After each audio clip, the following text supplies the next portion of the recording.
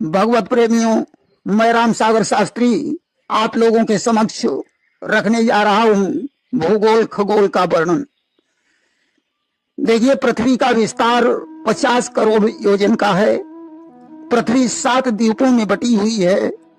जम्बू द्वीप, प्लाक्स या सिंघल द्वीप, सालमली द्वीप, कुश द्वीप, क्रोच द्वीप, साक या संकला द्वीप और पुष्कर द्वीप। हम लोग जम्बू द्वीप में निवास करते हैं। इन द्वीपों के चारों ओर खार, ईख, मदिरा, घी, दूध, दही और जल के 7 समुद्र हैं। जम्बू द्वीप का विस्तार 1 लाख योजन का है।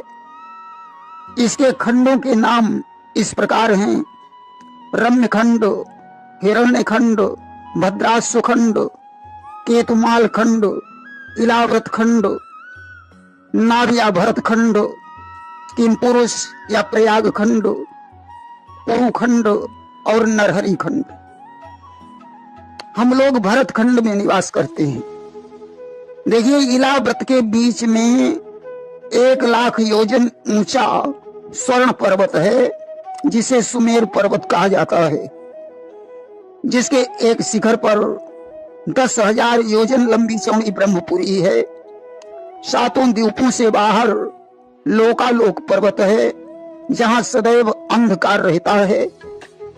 आकाश का विस्तार 50 करोड़ योजन का है, जिसमें सूर्य, चंद्र, मंगल, बुध, गुरु, शुक्र, शनि और राहु आदि ग्रह पाए जाते हैं।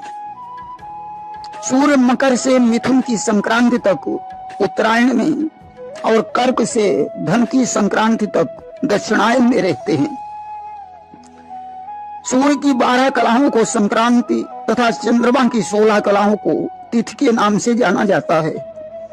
सुमेर पर्वत से 13 लाख योजन ऊंचा ध्रुवलोक है, जहां सप्तऋषियों सहित ध्रुव निवास करते हैं। सप्तऋषि ध्रुव की परिक्रमा करते हैं। ध्रुवलोक के आसपास अश्विनी, भरणी आदि 27 नक्षत्र चलते हैं। 7 लोक ऊपर हैं और 7 लोक नीचे हैं: भूलोक, भुवलोक, स्वर्गलोक, महालोक, तपलोक, जनलोक और सत्यलोक। देखिए, सत्यलोक में ब्रह्मा जी निवास करते हैं। अतल, वितल, सुतल, तलातल, रसातल और पाताल, ये 7 लोक नीचे के हैं।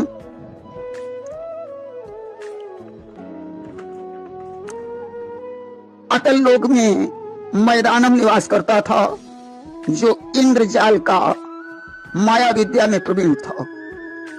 वितल लोक में मैदानम का पुत्र मायावी रहता था, जिसने इंद्रजाल की 96 मायाओं का निर्माण किया था। सुतल लोक में राजा बलि रहते हैं। तलातल लोक में त्रिपुरासुर रहता है। महातल लोक में तक्षक, कालिया आदि नाग रहते हैं। रसातल लोक में विराट कुल दानव निवास करते हैं। पाताल लोक में शेष जी निवास करते हैं।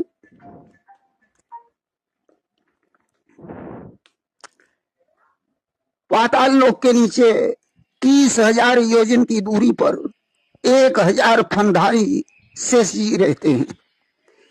शेष जी पृथ्वी को मस्तक पर धारण किए हुए 8 पहर हरि गुणगान करते हैं।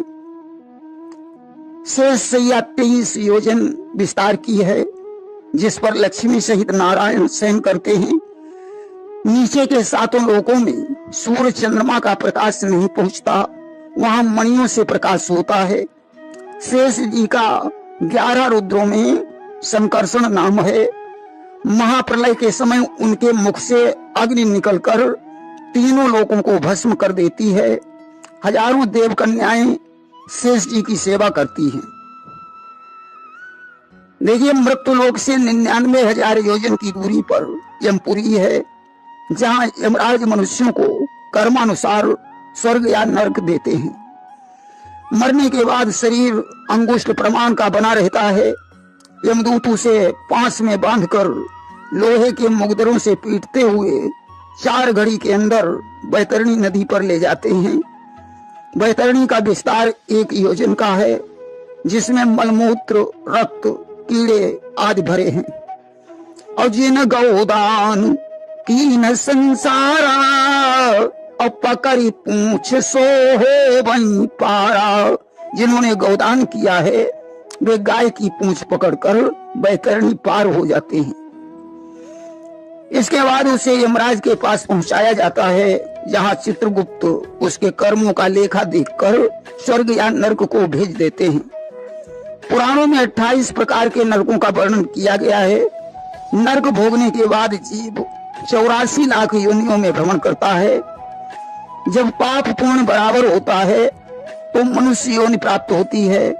पूर्ण ही पूर्ण होने पर देव योनि और पाप ही पाप होने पर राक्षस योनि प्राप्त होती है। 84 लाख योनियों के 4 आकर हैं। गोस्वामी तुलसीदास जी ने लिखा है कि आकर 4 लाख 84 और जाति जीव जल थल नभवासी। अंडज, पिंडज, स्वेदज और उद्भिज, यही 4 आकर हैं। जो जीव अंडों से उत्पन्न होते हैं उन्हें अंडज कहा जाता है, जैसे पक्षी, सर्प, छिपकली आदि। जो जीव पिंड से उत्पन्न होते हैं उन्हें पिंडज कहा जाता है, जैसे मनुष्य, बकरी, हाथी, घोड़ा आदि। जो जीव पसीने से उत्पन्न होते हैं उन्हें स्वेदज कहा जाता है, जैसे जूं, खटमल आदि। जो जीव पृथ्वी फोड़कर उत्पन्न होते हैं उन्हें उद्भिज कहा जाता है, जैसे वृक्ष, लता आदि। 84 लाख योनियों का विवरण इस प्रकार है कि 20 लाख स्थावर जानऊं और 9 लाख सब जलचर मानऊं। 20 लाख स्थावर और 9 लाख जलचर हैं। 11 लक्ष कूर्म कवि गाए और पक्षी गण 10 लाख बताए। 11 लाख कूर्म और 10 लाख पक्षी हैं। और 30 लाख जानू पशु भाई और 4 लक्ष बानर सुखदाई। 30 लाख पशु, 4 लक्ष बंदर हैं। अस्तु कुल मिलाकर 83 लाख 9,999 योनियों को भोगने के बाद मनुष्य की योनि प्राप्त होती है। कि जब यहाँ 84 कट जावई और तब मनुष्य को तन फिर पावई। इसीलिए गोस्वामी तुलसीदास जी ने लिखा कि बड़े भाग्य मानुष तनु पावा असुर दुर्लभ सद ग्रंथ निगावा। और मनुष्य का जन्म पाकर जिसने भगवान को भूलकर विषयों को ही ग्रहण किया है, समझो उसने अमृत के बजाय जहर का पान कर लिया। कि नर तनु पाई विषय मन देही और पलट सुधाते विष सठ लेही। देखिए, राजा प्रियव्रत स्वयंभू मनु के ज्येष्ठ पुत्र थे, जो नारद के उपदेश से बाल्यावस्था में ही विरक्त हो गए और मंदराचल पर्वत पर जाकर तपस्या करने लगे। बाद में स्वयंभू मनु उन्हें ढूंढ कर ले आए। गृहस्थ धर्म का उपदेश देकर विवाह करने को कहा। प्रियव्रत ने भगवान के भजन को श्रेष्ठ बताते हुए विवाह करने से इनकार कर दिया। उस समय ब्रह्मा जी ने आकर कहा, नारायण की ऐसी इच्छा है कि तुम विवाह करके संतान की उत्पत्ति करो। आज तो विश्वकर्मा की पुत्री बरहिसमती से उनका विवाह हो गया, जिससे अग्निन्द्र आदि 10 पुत्रों का जन्म हुआ और यशवती नाम की एक कन्या हुई। उनमें से 3 पुत्र यति हो गए। इनकी दूसरी पत्नी शांतनी से उत्तम, तापस, रैवत 3 पुत्र हुए। शांतनी देव कन्या थी। उसके पुत्रों की गणना 14 मनवंतरों में होती है। प्रियव्रत ने सूर्य के समान 1 पहिए वाले प्रकाशमान रथ को बनवाया। पृथ्वी की 7 परिक्रमाएं की, जिससे 7 समुद्र और 7 द्वीपों की उत्पत्ति हुई।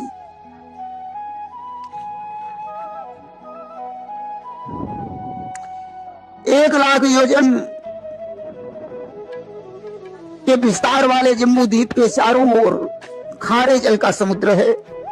2,00,000 योजन विस्तार वाले सिंगल या लक्षद्वीप के चारों ओर गन्ने के रस का समुद्र है। 4,00,000 योजन वाले सालमली द्वीप के चारों ओर मदिरा का समुद्र है। 8,00,000 योजन वाले कुश द्वीप के चारों ओर घी का समुद्र है। 16,00,000 योजन वाले क्रोच द्वीप के चारों ओर दुग्ध का समुद्र है। 32,00,000 योजन वाले संकला या साक द्वीप के चारों ओर दधि का समुद्र है। 64,00,000 योजन वाले पुष्कर द्वीप के चारों ओर मीठे जल का समुद्र है।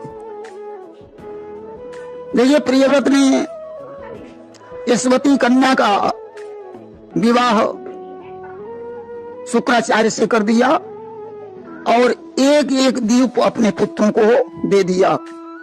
अग्निन्द्र को सिंहासन पर बैठाया और दोनों रानियों के सहित तपस्या करने के लिए चले गए। कि 12 वर्ष राज सुतहि नप दीना तपहित गवन भूप बन कीना। अग्निन्द्र मंदराचल की गुफा में जाकर तपस्या करने लगे। इंद्र ने तपस्या भंग करने के लिए पूर्व चित्ती अप्सरा को भेजा। अग्निन्द्र ने उससे विवाह कर लिया, जिससे नाभि आदि 9 पुत्रों का जन्म हुआ। पूर्व चित्ती इंद्रलोक को चली गई। अग्निन्द्र ने जम्बू द्वीप को 9 खंडों में बांटकर अपने पुत्रों को दे दिया और तपस्या करने चले गए।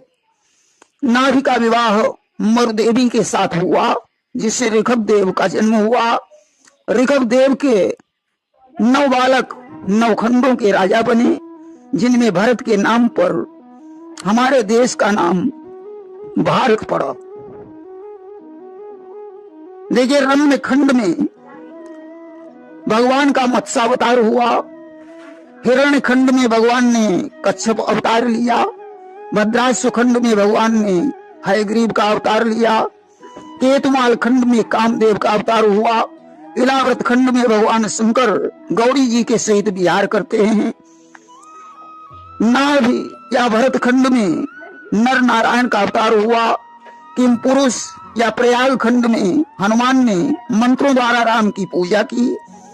कुरुखंड में भगवान का 12 अवतार हुआ। नरहरि खंड में नरसिंह अवतार हुआ। देखिए, भरत खंड को सबसे श्रेष्ठ माना जाता है। गंगा आदि पवित्र नदियां इसी खंड में बहती हैं।